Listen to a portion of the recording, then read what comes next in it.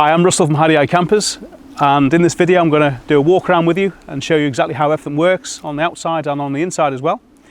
This is your chosen motorhome, Peggy, so we'll just start from the outside and work our way in. The vehicles obviously run on standard diesel fuel. As you can see there, it's on the near side of the vehicle. You will notice down below that this vehicle runs on AdBlue as well. AdBlue is a fuel additive which will occasionally need to be replenished. If a light comes on the dashboard, then you will just need to top up the AdBlue. It can be bought at any service station. If you keep the receipt, we'll obviously reimburse you for the cost of that. Moving around to the first locker. This is where you would put any items that you'd like to stow in there, but we keep in there a camping step, your hose pipe, a hookup lead, and some ramps as well if you needed to level the vehicle up.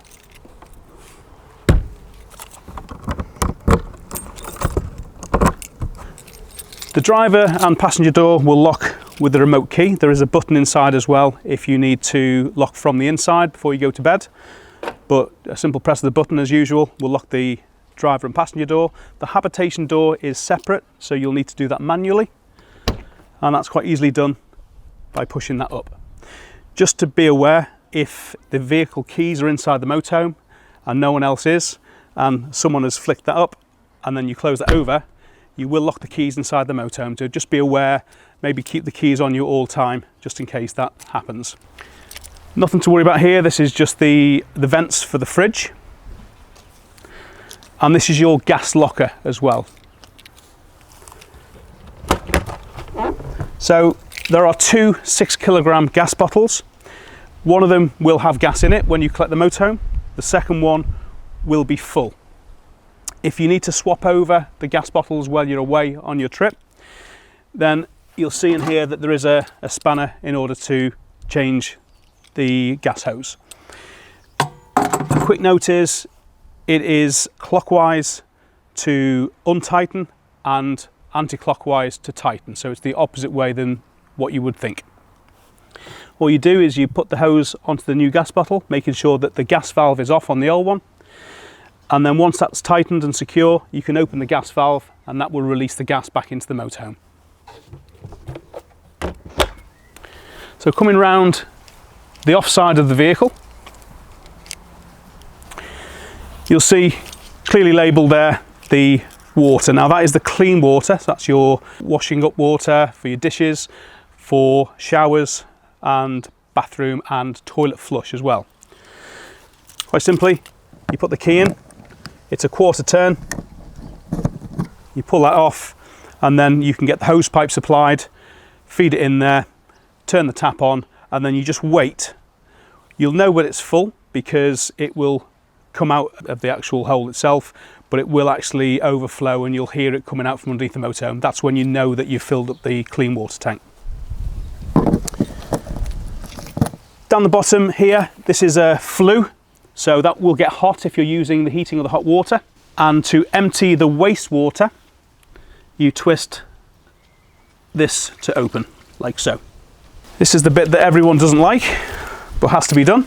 This is the cassette toilet, so it's a chemical toilet, but actually it's pretty easy to replace. You lift up this like so, which slides out like that.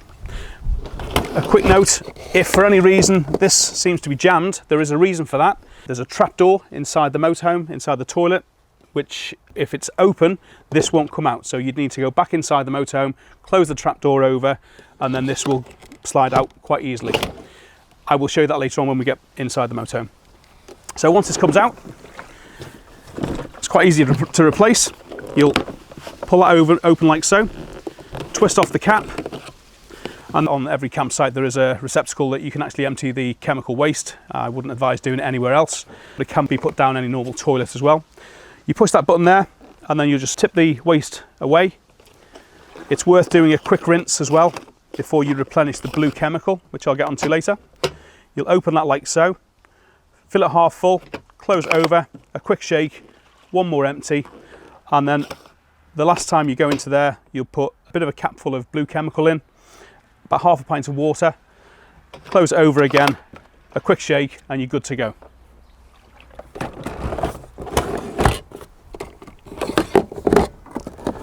Another good thing to note is never drive with that cassette toilet full, because it can overflow while you're driving. Any waste then will end up inside this compartment and it's not particularly nice to clean. And finally, we get around to this locker here. When you get to your campsite or you want to hook the motorhome up to a power source, this is where you would hook the lead up. Just there, it's a simple push on and pull off, and then the wire or cable would come down here, and then you can close it over like so. This motorhome hasn't got a warning light or a warning noise if you turn the ignition on and you're still hooked up. The last thing you want to do is to be driving away and taking whatever's with you. So fail-safe really is to hook the cable over the mirror, so when you get into the passenger seat before you drive away, you're going to spot it and you're going to stop and unhook. So that's it pretty much for the exterior of Peggy. What we'll do now is we'll go inside and I'll go over and demonstrate everything inside the motorhome. Okay folks, so now we're inside the motorhome. I'd like to show you how the beds work. This is a 6-berth motorhome, as I'm sure you're aware. There are 3 sleeping areas. There's an electric drop-down bed, which is a good sized double. There is a make-up bed, which is made up from the cushions inside the dinette. And behind you, which we'll show you in a minute, there is another double bed that's made up from the rear seating area. So first and foremost, we kindly ask children not to mess with the electric drop-down bed. Adults only, please. The key is a small key that you need to quarter turn to the right to enable the operation of the electric drop-down bed. The power needs to be on in order to do this. We'll show you the control panel in a moment. It's just around this side. It's the main power button. Once the power's on and the key's in and turned a quarter turn to the right, there is an up and a down lever here. So you just push the down switch and it will bring the bed all the way down until it clicks. Up here you'll see that there is a ladder which hooks onto these 2 hooks here. And for safety as well, there is a net which has 3 clips. When you're inside the bed or there's any children above 6 up there, then that for safety, so they don't roll out of bed overnight. Okay, so to return the bed back up in the morning, all you do is you push the up button. Naturally a bit slower it will go up. Just to be aware that it's best that you take any bedding off, because any bedding up there can interrupt the operation of the bed and it can trip a fuse. Occasionally, if the electric drop-down bed trips a fuse for whatever reason, there might be a surge on the campsite of power, there might be something up there which interrupts the operation. There is a fuse which you need to replace. It's a standard yellow fuse which we include. It'll be up the front of the motorhome. All you need to do, very simply, is push this button here, open this locker, and evidently there is a yellow fuse. That will be the one that has tripped. Replace it with a standard fuse and you're good to go again with a bed. For any reason, if that doesn't work, there's one other fuse that might have tripped, and it's just located above the driver's seat here. There's a little window there. You just have to reach in. There's a little button that will have popped out. You push it back in and the electric bed will then be working again.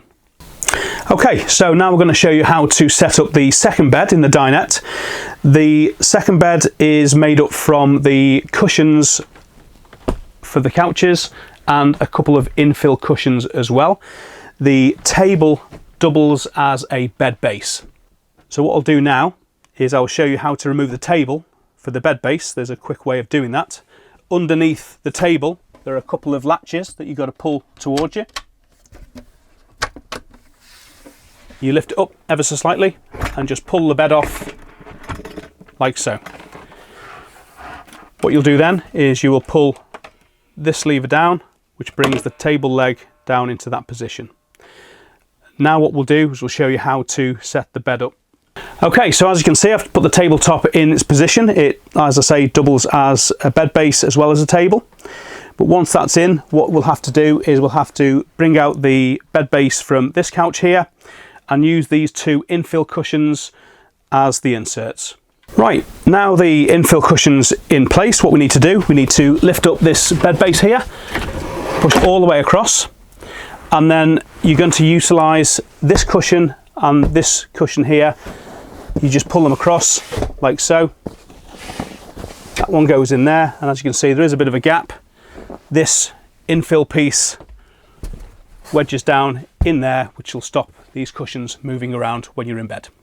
Okay, so the third bed is made up in a similar way to the second bed that we've just demonstrated. It's a lot easier actually. All you do is you lift up the bases here underneath the side couches. They will come to the middle and meet together. And again, all you do is you pull these two cushions into the middle here. The backs are obviously utilised as well as part of the bed. And then there is another infill piece which will again stop the cushions moving around when you're in bed. Just to make you aware that sometimes this little table here can get in the way. So just be aware that you might have to just push this table in a little bit when bringing this out, because like I say, it can snag. So just something to be aware of. Okay, so as I said before, there are some infill cushions for bed 2 and bed 3 to stop the cushions from moving while you're inside the bed. And these are located inside this large wardrobe, and they look like this.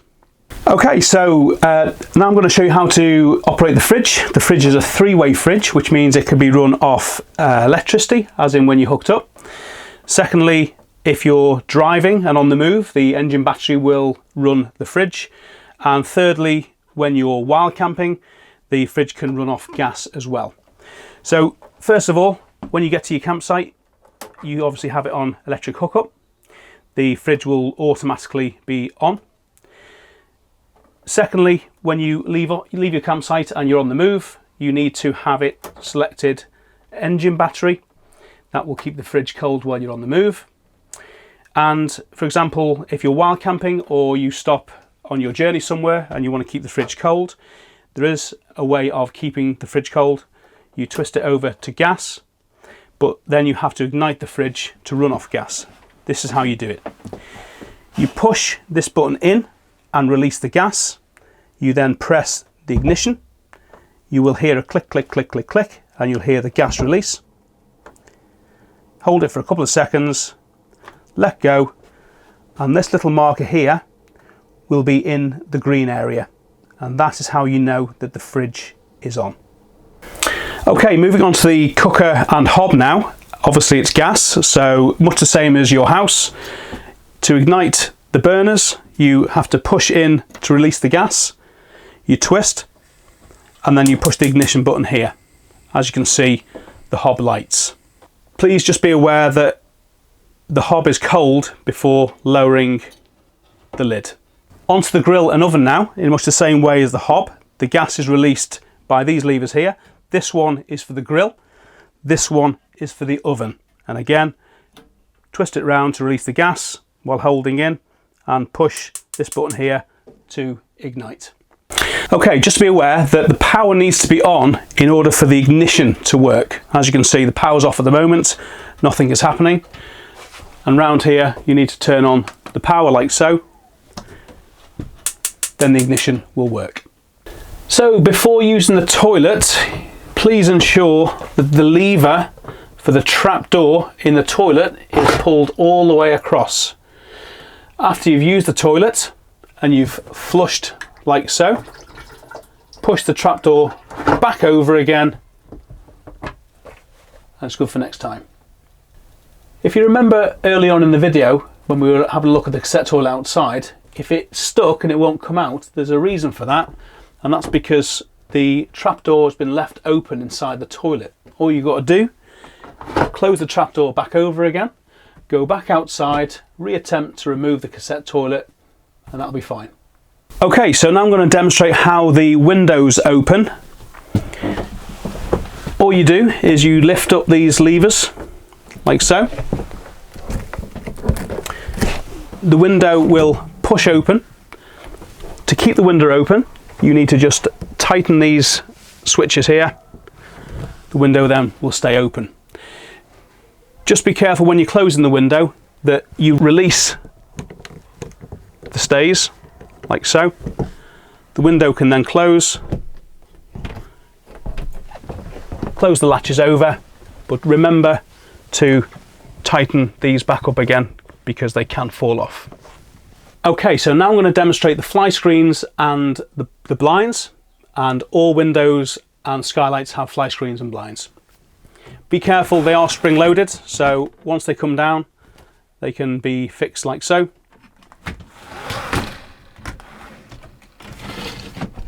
And like that. Again, like I say, fly screen, blackout blind, and I'll now show you how to operate the skylight. Very simple. All you do is you push this button in, and then this lever is just pulled across. Make sure it goes all the way across. Something to note as well, just be aware before you drive off, make sure that all windows and skylights are securely closed. Okay, so now I'm going to show you how to tune in the television, bearing in mind that if you're nipping from campsite to campsite, you will need to retune the television at every location. I'll just show you how to do that.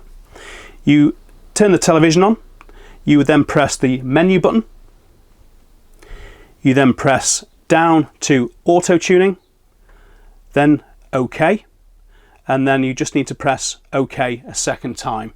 It will then perform a channel search. All your channels will then appear here.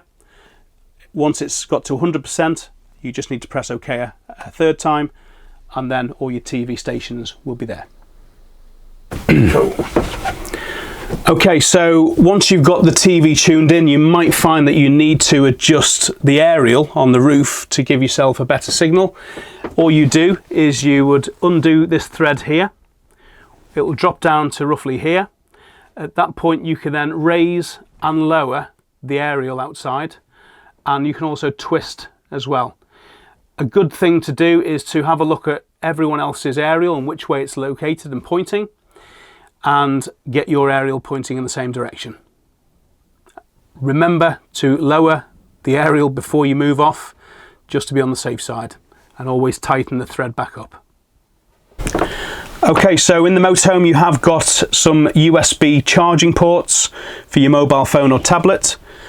The first one is located just behind the television here, and the second one is located up the front in the main cab area. Okay, so in the motorhome there are 4 3-pin plug sockets. Bear in mind that the 3-pin plug sockets will only work if you're on electric hookup. If you needed to charge a mobile phone or a tablet, for example, then you can use the USB ports. There are 2 3-pin plug sockets here.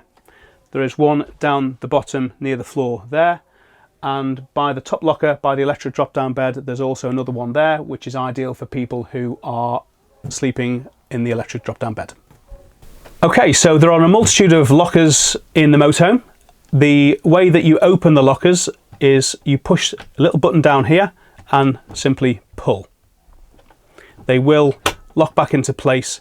Do please make sure that all lockers are secure before you drive off to ensure that nothing falls out when you're in transit. Okay, so this motorhome is equipped with captain's chairs. All you need to do to swivel the chair is pull this lever here like so, and then start the turn. Bear in mind that you may have to manipulate the seat forward or backwards to completely turn it around. As you can see, it snags a bit there. You just lift the lever, push it back a bit, and there you go. Please be aware that when you're putting the seat back into the forward facing position, that it clicks securely into place for safety. Okay, so now on to the control panels. They're actually a lot easier than you think. When you get into the motorhome, you would want to turn all the power on. The main master on-off switch is this one here. When you turn it on, usually the lights go on and you'll hear a whoosh. That is just the blown air heating telling you that it's operational. This button here is for the water pump, so when you need pressure for the kitchen sink, the shower, the bathroom sink and the electric flush toilet.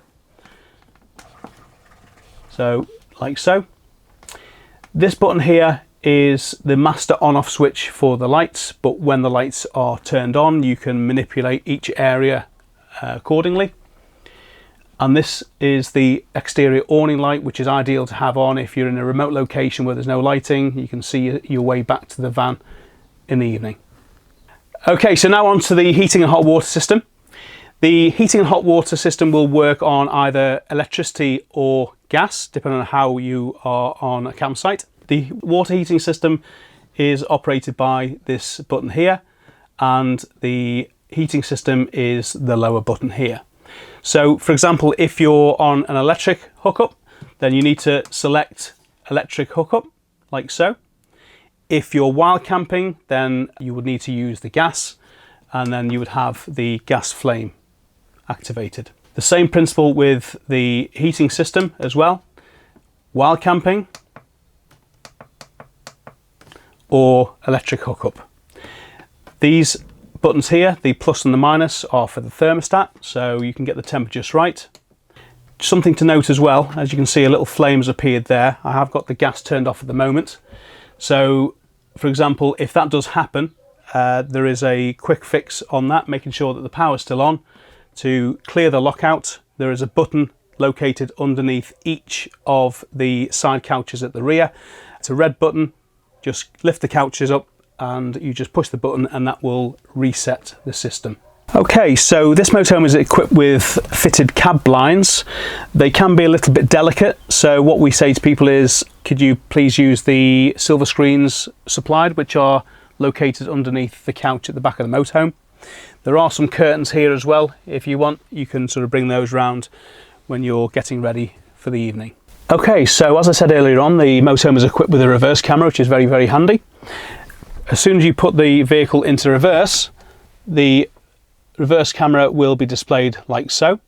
It's always advisable to have someone guiding you back. You'll usually be with someone on your travels, so if you get your passenger or your guest to beckon you back, just to be on the safe side. Okay, so that pretty much summarises the operation of the motorhome in its entirety. If you are stuck or you have any problems for any reason while you're away, we do invite you to give us a call. The number to ring is 07421 148 418. When returning the motorhome, we do ask you to do a couple of basic things. If you can please empty the cassette toilet until it's completely empty and give it a quick rinse. The fuel also needs to be topped up to full as well. The clean water tank also needs to be topped up to full.